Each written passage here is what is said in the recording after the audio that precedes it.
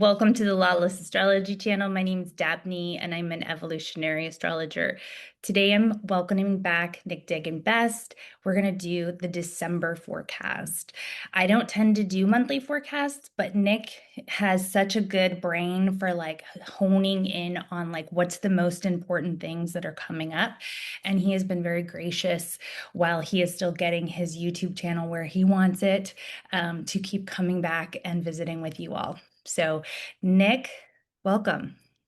Hey, Dabney, thanks for having me back. Great to be back. I'm so appreciative. I have just one quick thing Mm, that I need to housekeeping thing. I was just asked to do a course for Synchronicity University and Nadia Shah about how to launch a YouTube channel, how to take your astrology career to the next level and get more readings. And so, sort of tapping into my marketing background. So, that is going to be in January.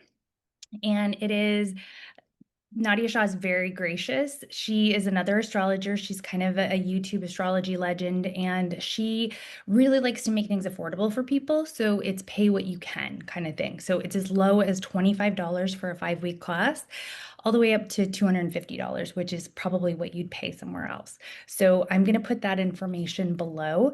If you have an astrology practice, or you are thinking of launching your astrology practice, or you want to learn how to launch a YouTube channel, that's what we're going to be discussing. So, yeah, kind of a January take it to the next level, be the best you can be sort of situation. So, anyway, that was fantastic. yeah.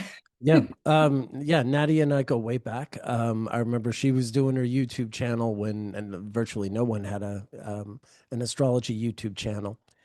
So good on her and good on you. And January is a great month to be doing a workshop like that. So, Thank you. Yeah, but she's definitely a we'll pioneer.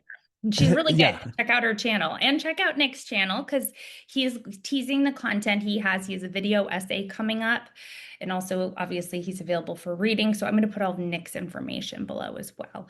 So, and thank we'll you. talk more about that later. So, Nick, what's jumping out to you about December?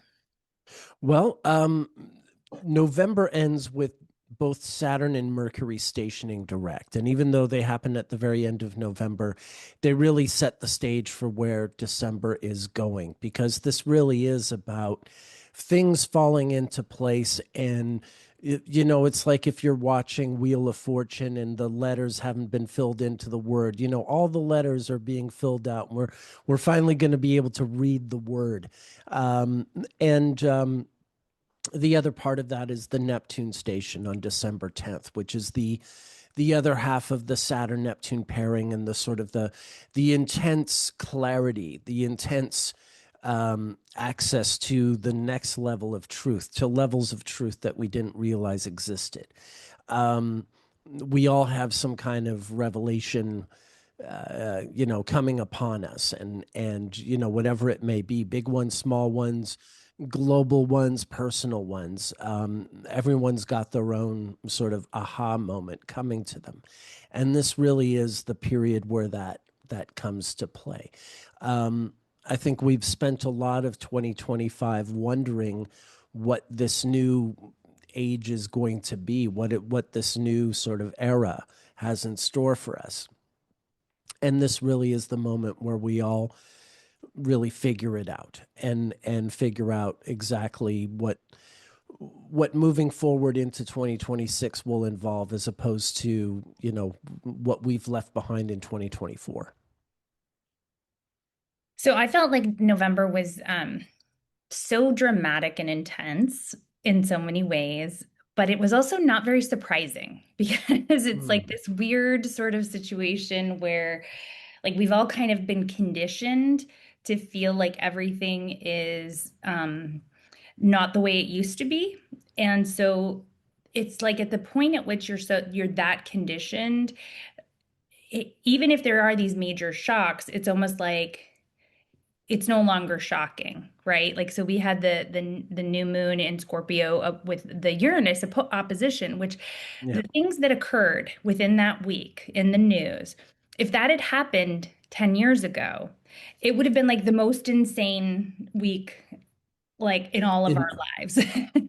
Absolutely. Yeah, but because we've been like kind of, whatever you like analogy you want, the frogs boiled in the pot, or, there was kind of this sense of like, okay, here it goes again.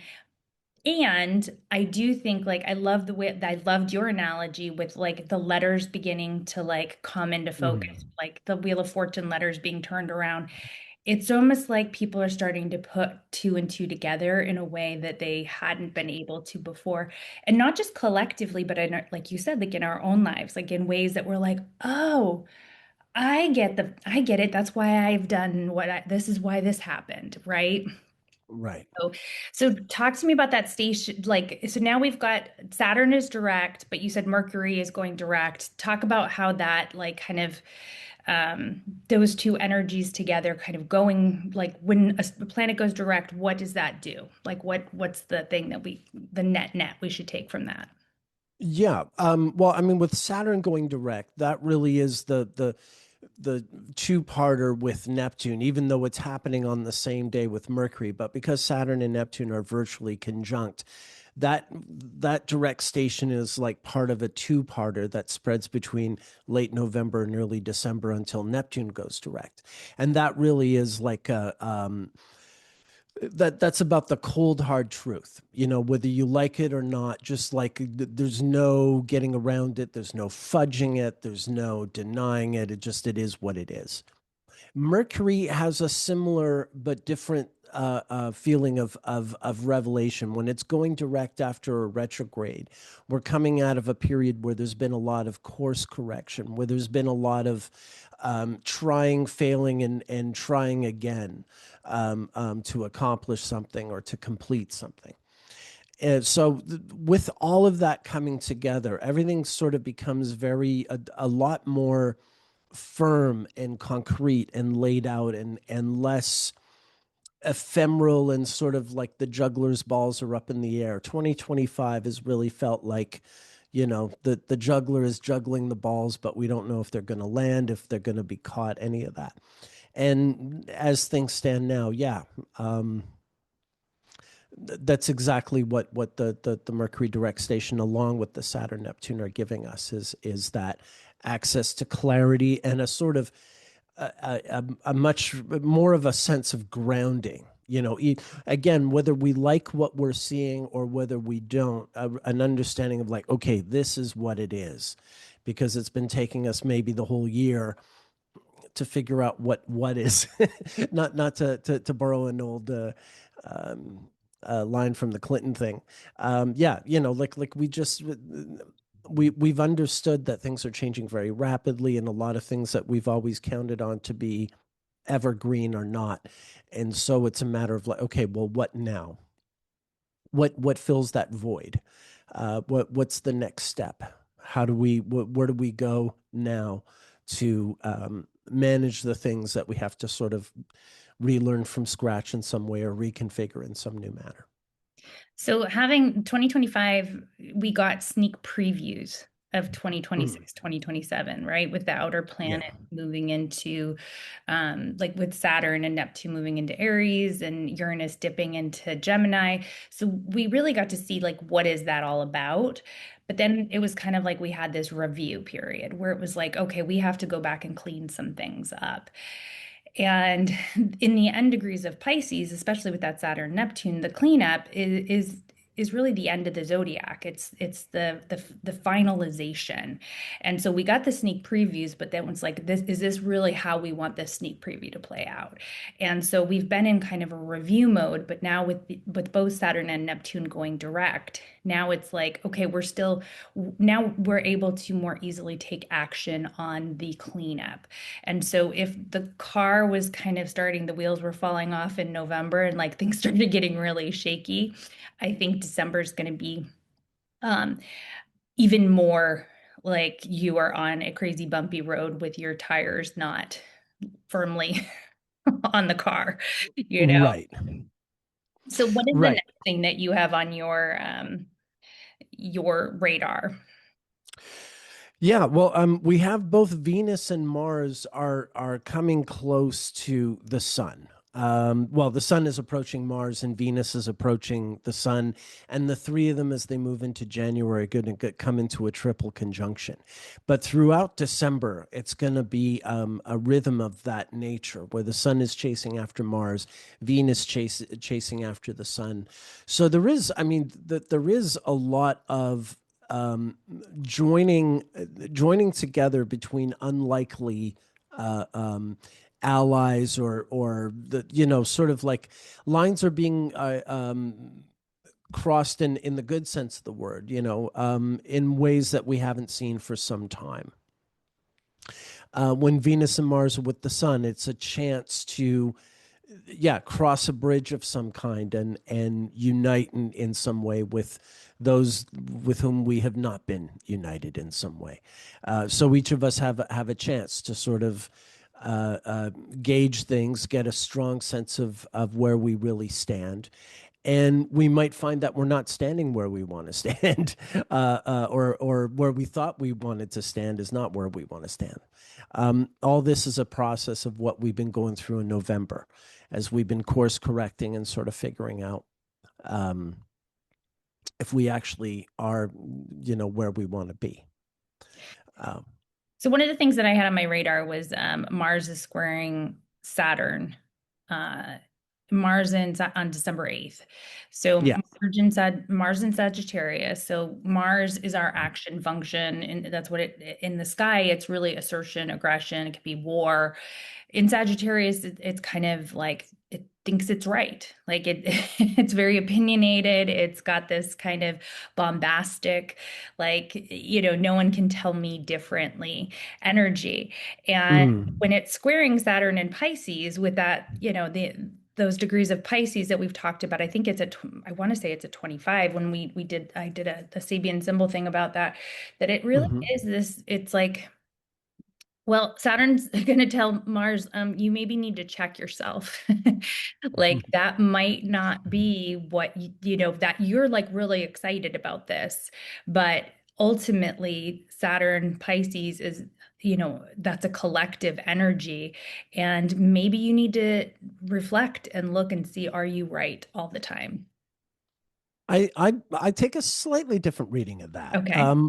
The Mars is squaring the Saturn right when Neptune is stationing, and also that same day, December 10th, Mercury is directly opposite Uranus. So actually, I see the truth being forced. Mars is actually pushing against Saturn, and pushing for the clarity. It's like there's a demand being made. The truth must be known. Oh, I love it. The plan must happen. Um, so yeah, no, I think it's because Mars is sending the square to Saturn, so there is a push there. See, this is There is a why I love Nick. So yeah, don't you should get a reading from Nick if you are ever interested, because he has just kind of he has sort of a different way of looking at things. Every astrologer does, and the thing with Nick, he uses whole sign, so he's a little different than I am, but he uses different techniques, and so that's what's kind of cool is like, and always go with an astrologer that resonates with you. But like, I love where I'm thank seeing you. it as like, here's Mars, going up against Pisces energy, or, this Sag Pisces war. And you're like, yeah, but like, there's also the positive of that Mars and Sag, like, and the Pisces is like, whoa, okay, let's dispel some of this fog, especially as Neptune is going forward. So I love that take as well. Well, thank you. Yeah, I mean, Saturn went retrograde, back around probably July or so, if I remember correctly, maybe August. I think it was July. Yeah. And so it's been retrograde that whole time, and now it's just moving direct. And it's almost like that Mars saying, okay, like, wake up. It's time to speak. It's time to tell us what we want to know. There's that element to it. There is a goading of that configuration. As soon as Saturn went direct, that's when Marjorie Taylor Greene resigned from Congress. Right, right. And I think that was a bit of a watershed moment because it was, I think, an omen of what's to come. And I've seen more and more people kind of speaking their truth. Or I read something today about a congressperson who served in the first dummy administration, and he was saying that you know people, like, he was really just laying it all out, and he Mhm. was saying, like, people are miserable. They were miserable then, and I can't imagine how miserable they are now, but ultimately they just want to win, when winning becomes everything. And so that's going to be really interesting as we move further into next year, where we've got Neptune and Saturn both moving into Aries, where winning Yeah. being everything is going to be important again, you know? Absolutely, absolutely. I think the other thing, that we saw that took everyone by surprise when I'm looking at that Mercury opposite Uranus that's coming up was Mamdani's visit to the White House and Trump's reaction, which really caught, his supporters off guard and sort of threw the whole um, the whole Republican campaign strategy for 2026 under the bus because they planned on really making it an anti-Mamdani campaign, and suddenly, it was all friendly smiles and posing for photographs, and yeah, everyone was very well behaved and friendly. It's fascinating. It's really fascinating. And then I just read that um, Trump was going to extend the Obamacare subsidies for 2 years, and then the Republicans in Congress were like, "Wait a minute, no!" Like, what was the whole shutdown for? So, really interesting times. A lot going on. Very interesting times. So, Yeah. okay, what else is on your radar? What do you think about that? I know we're going back a little bit, back and forth a little bit, but anything about the Gemini full moon that is standing out to you? That's on December 4th. Yeah, I mean that's really critical. Even though Uranus has left Gemini for the time being and it's back in Taurus, the full moon happening there is sort of anticipating the kind of action that we're going to be having once Uranus does go back into Gemini. You mentioned Marjorie Taylor Greene, Marco Rubio is another. They both have the sun in Gemini. And I imagine when this full moon in Gemini is coming out, that we're hearing a lot more from them. Um, Even though things will probably only really blow up in that regard in the new year. No, I want to be hopeful. Just like in 2024, I wanted to be hopeful, even though I thought Trump was going to win. I wanted to believe that he wouldn't. It was really frustrating. When Kamala became the candidate, I was like, okay, go for it, win, but Right. um, even though, like, astrologically, I didn't think that was going to be the case.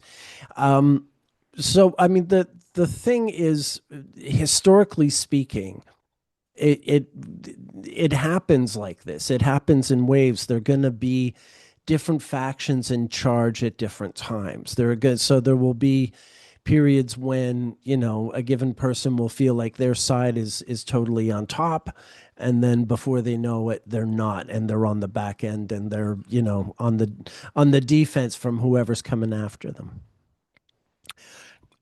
So I expect a fair amount of push and pull. Um, in terms of the party in charge, they've had this one person who's been the fulcrum, the Gibraltar to all the other craziness happening around them, and that person is clearly, that Rock of Gibraltar is not going to be standing like that for very much longer. Right. One way, And that's one way or the other, whatever becomes of that, it's going to be about what fills that void, what different factions are gearing for control of the whole thing, and who's got control of what, and who seizes control of this from that, from this group from that group. So yeah, it's not as straightforward as that.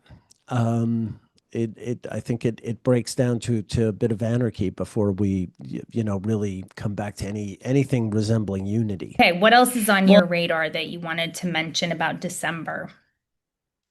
Um, yeah, just ultimately there's a lot of movement through Sagittarius.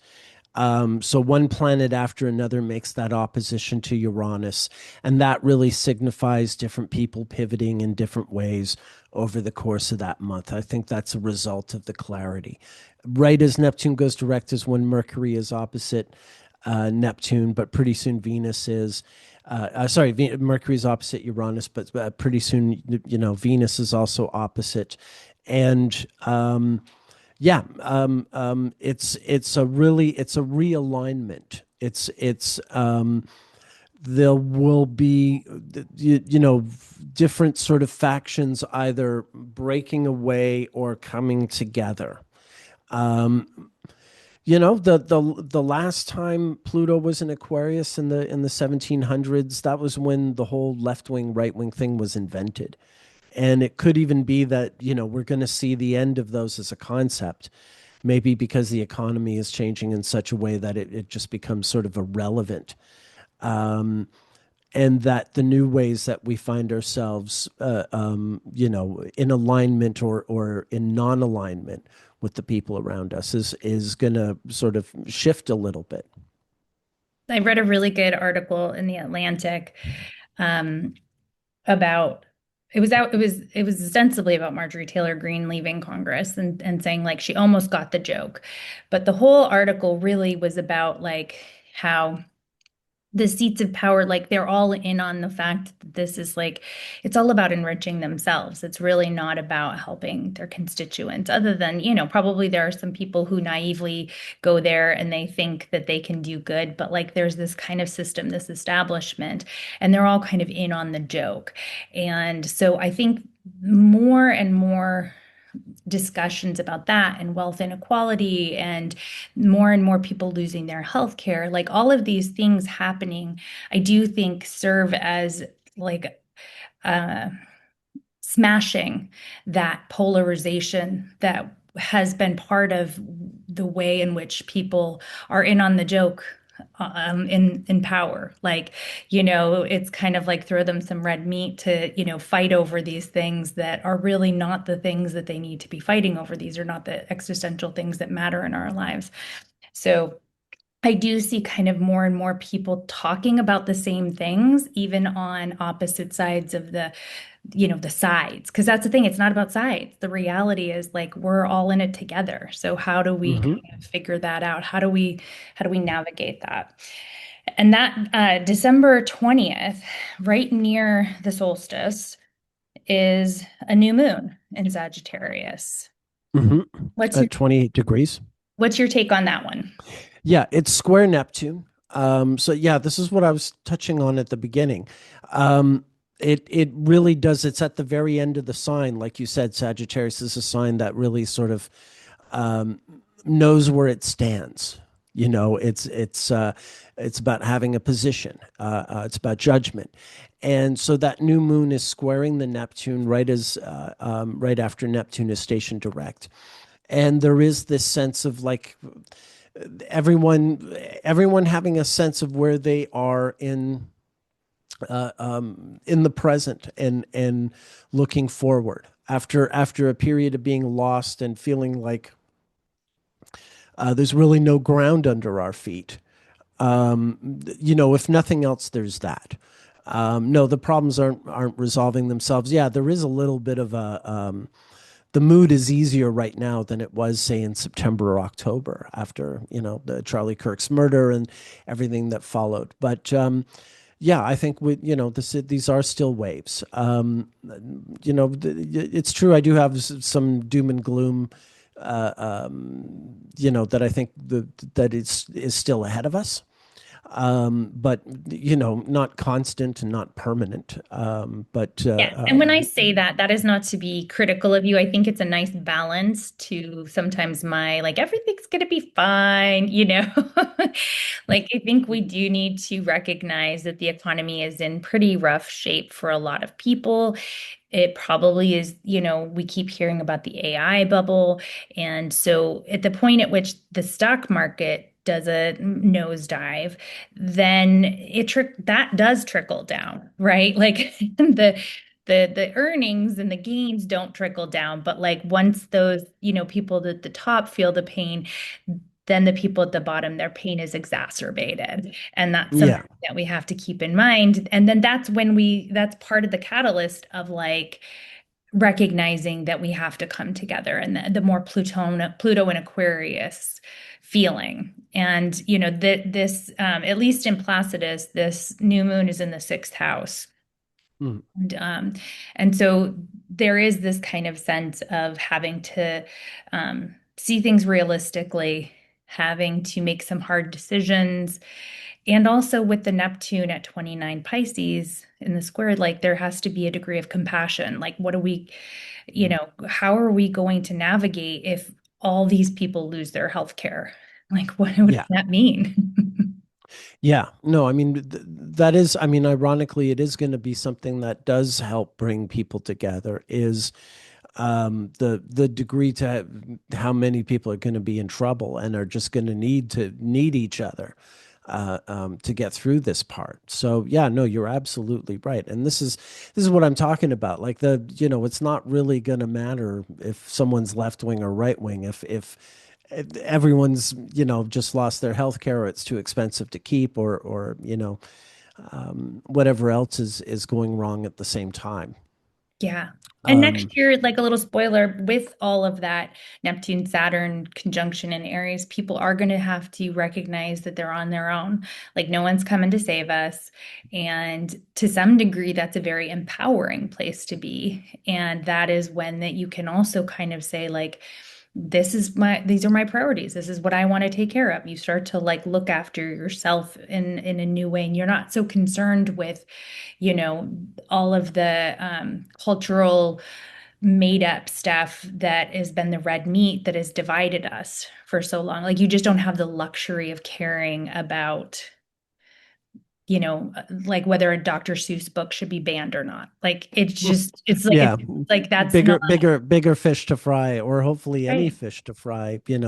Um, yeah, no, that's just it. It's a matter of I mean, you mentioned the new moon being in the sixth house, which has everything to do with the physical plane. Like the sixth house is where time is passing, where dust is gathering, where like you're either spending your time well or not. You're either planting the corn and then harvesting it, or you're not and then going hungry. So it really is like, yeah, you're attending to life in the physical realm in the sixth house. And yeah, that is going to be what the politics are. There's very little else. In some cases, it's going to be a matter of realizing that maybe one's dreams or perspective or hopes for the world are now outdated, and new ones need to be conjured in order to realistically face what's ahead of us. So, some of that can be painful, but I think at the same time, kind of like you said, kind of a relief, to not be carrying the same baggage. Even if it means also letting go of certain things that we really wanted to make real. Yeah. Yeah. I think that's it. It's like it's all part of our evolution. And maybe if the distractions fall away a little bit and we're focused on what's really important, then, the world might actually get to be a better place. Because I know Hmm. it's been a little bit of a rocky road. But Yeah, anything else that's on your radar you want to talk about? I think that this gives people, I mean, from a personal perspective, I guess we should sort of talk about how this new moon can, people can work with it in a personally sure. effective way. I mean, one of the things that comes to my mind is definitely volunteering and donating and maybe focusing your energy on giving to others and not, um, recognizing that all of these things around us are kind of out of our control, but how can we kind of come home and think about what's important to us and how can we incorporate charitable acts and do what we think is right and in our highest integrity? Yeah, I would add to that the idea being that the new moon, since it squares the nodes and it's heading towards the north node, which is with the Saturn and Neptune in Pisces, that it's up to us to make that first move to bridge some kind of gap. Not just volunteering, but we're not just heading towards what is comfortable. we're really trying to make things better, which means daring to go in an uncomfortable but obvious direction, the one that we know we have to go in order for things to really be fixed and to be right. Well, I think we're in a very different place than we were a month ago when we talked. And I think next month when we talk, we'll probably be in a very different place again. So I think this has given everyone a lot to think about. Any last comments, or did you cover everything you wanted to Yeah, cover? no, I think I covered what I hope everyone has a great holiday. My compassion to anyone who has had to miss flights for Thanksgiving, which by this point is just as we're recording, it hasn't happened yet, but I imagine by the time you release this, it will have just happened. But either way, have yourselves good holidays and be good to each other. Yeah, yeah. And I don't know if I'm going to release it the day before Thanksgiving or the day after. Maybe people want to listen to it while they cook. I'm not sure. But Nick, I'm so grateful for your time. I know that you are Thank you, in Dabney. demand, so it makes me happy whenever I get to chat with you. I want to remind everybody, Nick's available for readings. If you're interested in my course, the information's below. And also through the month of December, Otter Spirit bracelets 35% off with my code. So Oh, very nice. yeah, What's there. your code? I think it's Dabney 35. And Okay. we'll have a special link where it'll just like pop in there so you get 35% off. And it's just until the end of November because it's like a Black Friday thing. So it's Ah, like yeah. till November 3rd, like whatever, December 1st, it goes back to 20%. Fair So enough. I'll put the little codes down there. So thank you everybody for watching. I do hope you have a lovely holiday and we'll be back. Nick has already agreed to do January with us. So we're gonna Yeah, have can't wait. thanks so much. Take care. Thank you. Oh, I gotta say my thing. There's a reason and a season for it all. The universe is conspiring to help us. Go eat some stuffing.